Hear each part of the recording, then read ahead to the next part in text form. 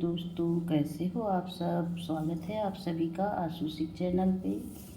आइए मैं कुछ आपको दिखाने चल रही हूँ।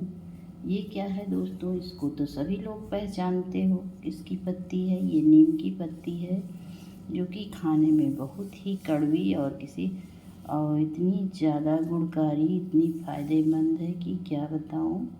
और मैं तो आजमाया हुआ है मेरा। मैं तो जब भी रूसी या खुजली होती है, नीम के पत्ते को मैं मेहंदी के साथ मिलाकर लगाती हूँ बालों में, और तुरंत मुझे राहत मिल जाती है। रूसी भी इससे ठीक होती है। इससे और तो और दोस्तों, जुएँ भी, इसके कड़वेपन से जुएँ भी गायब हो जाती हैं अगर पड़ भी गई कभी। और जो है खुजली और फुंसी भी दूर होती है बालों की, गर्मियों में जो कि ज़्यादा ही पसीने से छोटी छोटी फुंसी निकल आती हैं और रूसी हो जाती है, तभी में राहत करती है। और तो और इसकी छाल भी जो है बहुत ही गुणकारी है, बहुत ही गुणकारी है। मेरा आजमाया हुआ है। तो मैं तो बच्चों को, जब छोटे छोटे थे ये लोग, हमेशा कभी छोटे छोटे फोड़े फुंसी अगर निकल आते थे तो मेरा तो ये ही लगाती थी और ठीक हो जाता था। मैं पूरा देखी हूँ बच्चों को लगा के। कभी भी मैं छोटे मोटे घाव फोड़े फुंसी में और कुछ नहीं लगाने गई हूँ, दवा नहीं करने गई हूँ। मैं अंग्रेजी दवा से बहुत ही बचत करती हूँ, बहुत ज़्यादा हुआ तभी करती हूँ। और ये लगाती थी इसको मैं अपने लॉन में। बाहर बड़ा सा नीम का पेड़ है दरवाजे के पास, उसी से मैं निकाल के ले आई हूँ। और किस लिए ले आई हूँ, क्योंकि माता जी के हाथ में छोटे छोटे दाने निकल आए हैं, उसमें खुजली होती है। दवा हुआ के शायद एलर्जी है कि क्या है, पसीने से हो गया है, तो उनके लिए ले आई हूँ। इसको मैं अच्छे से धुलकर साफ कर लेती हूँ। और उसके बाद इस तरह से आप जो है कोई भी पत्थर का ऐसे छोटा रखी हूँ, क्योंकि चौके में अगर रोटी बेलने वाले में रखूँगी तो क्या पता थोड़ा कड़वापन आ जाए। तो इसी में ऐसे आप इसको घिस लीजिए। इस तरीके से देखिए कैसे रेड रेड सा ये निकल रहा है इसका। ये घिसिए, थोड़ा पानी डालिए।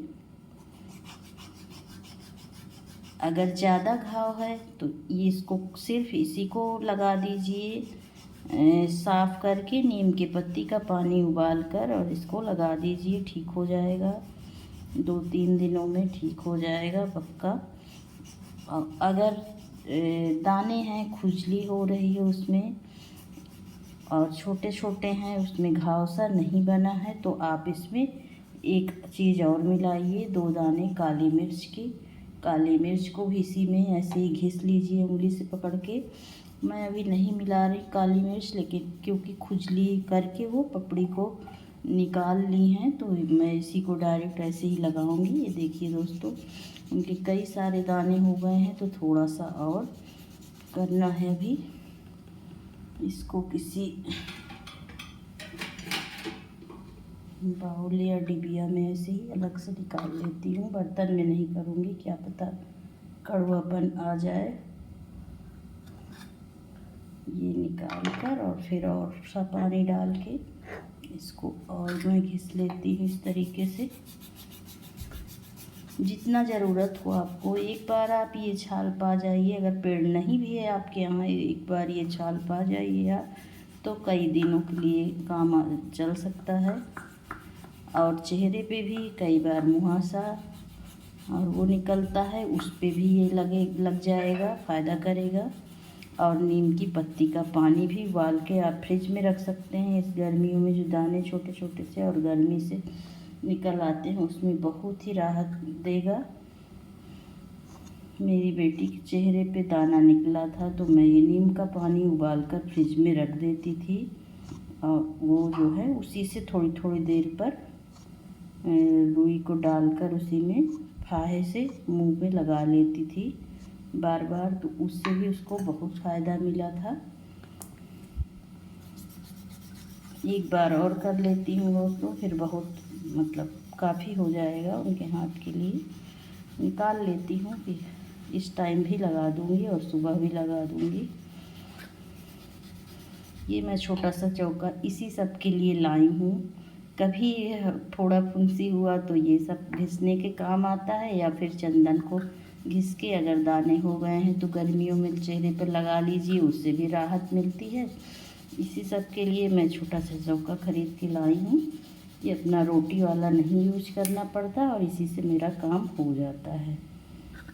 ये मेरा अब काफ़ी हो गया है दोस्तों, बस इससे ज़्यादा नहीं चाहिए। फिर ये छाल में उठा के रख सकती हूँ, मेरे यहाँ तो खैर है पेड़, नहीं तो ये छाल उठा कर रख दो और फिर दोबारा भी ये काम आ जाएगा। जब पुराना पेड़ हो जाता है नीम का तो इस तरीके से छाल मतलब पेड़ में लगी होती है, उसको निकालना पड़ता है, हाथ से ही निकल आता है बड़े आराम से। ठीक है दोस्तों, फिर मिलूँगी कुछ अगला लेकर। अगर आपको वीडियो काम की लगी हो कुछ तो आप जो है टाइप करना और कमेंट और लाइक करना मत भूलें। वीडियो को शेयर करना भी मत भूलें दोस्तों। वीडियो पर अपने प्यार और आशीर्वाद दीजिए। बहुत बहुत धन्यवाद। राधे राधे, जय श्री कृष्णा। चलती हूँ, फिर मिलूँगी कुछ अगला लेकर।